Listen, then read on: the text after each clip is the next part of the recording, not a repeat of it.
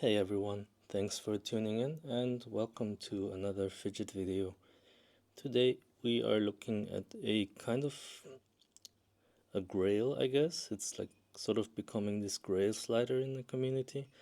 It's the SkellyVerkk, and I've got it in Zerk, which was my personal grail out of all the Skelly materials. This is by Magnus in collaboration with Kladis3DStudios. So I believe it was first, this design first appeared as a 3D printed slider, which kind of makes sense as these intricate holes. It's something that 3D printing can do quite well since it's printing in like layers. But yeah, I think at some point they got together and Magnus actually figured out how to machine this in metals, and this is quite a hyped slider.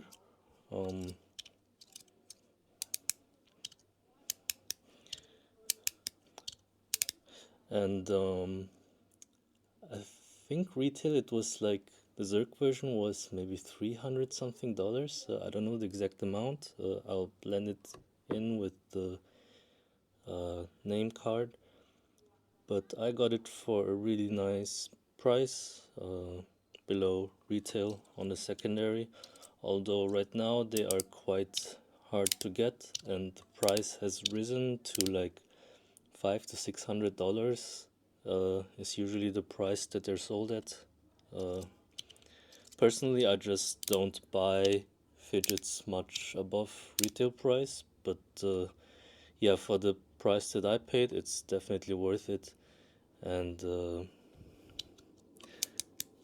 yeah, I'll just thought I'd do a quick review since I don't think there's any like reviews of this slider online.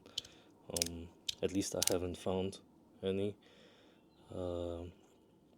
So yeah, I'll just get the metrics out of the way. So this size, it's pretty much standard slider size. The width here, it's about 3 centimeters, 30 millimeters. The length is 48 millimeters, and the width is around like 17 millimeters, more or less, depending on the point of measurement.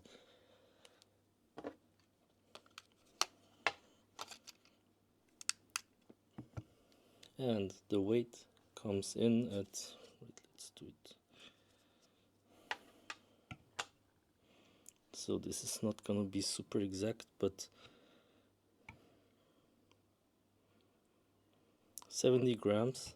I think it's gonna be a bit less because of the magnet influence. I'll blend in the official weight from the website just to be exact. And yeah, I've had this for a while, and generally I prefer to do reviews of fidgets that I've like used and gotten to know a bit. And there are some really special things about it. So the sliding, it's just smooth as can be. Like these plates are just really nice.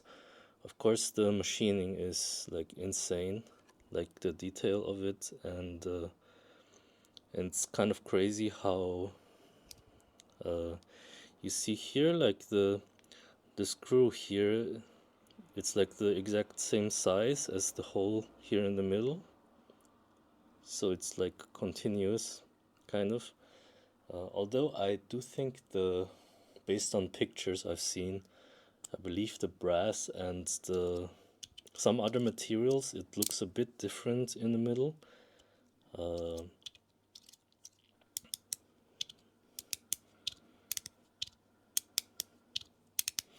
I'm running quite a special setup, as I've tinkered with it quite a bit until I found my sweet spot. So on one side I've got, you can see these cool black magnets in there. They are N48s. They're all 6x3mm magnets. But yeah, these are N48s with the O-rings flipped in the middle for magnets. And on the other side, I've actually got N52s with the O-rings flipped on all magnets. I'll blend in like I started keeping tabs on my magnet setups, and I'll just screenshot it and blend in my setup. And this is like the setup I found that makes this really nice feathery slider and very quiet. As over time I've kind of gotten more into weaker magnet setups, and yeah, this setup, it's like really light but still gives you that nice click, and you can still do all the tricks. I don't do this one so often, but yeah, it's yeah, the ergonomics are really nice. You've got these like indents here, and they're really pleasant, like even, how to say, very stone like. When pushing up, you've got your thumb here and it feels really good, and when you're holding it sideways, this here, it's like fitting really well to the middle finger, so it's like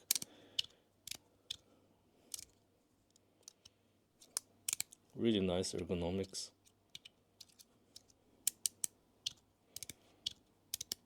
And I think what's special about it is through the hollow design, even though it's a metal slider, it's rather light.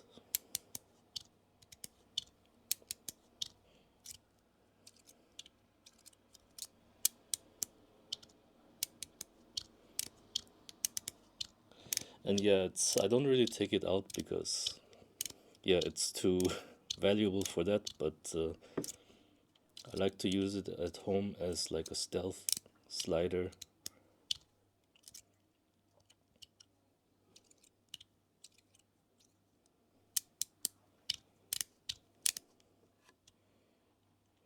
And yeah, one more thing is that before I got it, I was a bit unsure if this design, if it might not like give me sort of trypophobic vibes when I have it, but actually it's not at all like triggering in that regard, at least for me.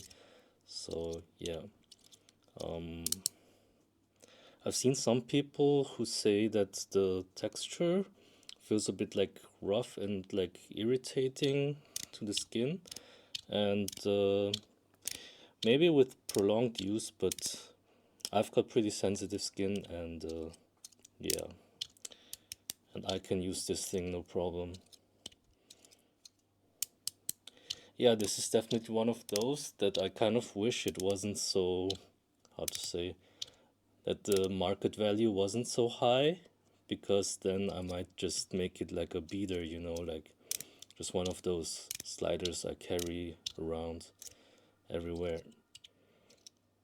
Because also the silence of it would make it really nice for that purpose, I think. And yeah, I don't know if there's any more to say about it. In my opinion, the hype is justified, but I wouldn't buy it at the current prices, which is like $500 to $600. But I just don't really have the funds to buy fidgets above retail, so yeah, I am really glad to have this one It's definitely a keeper for me. And yeah, I hope I could give you a bit of insight for this special little slider. And have a good one and happy fidgeting.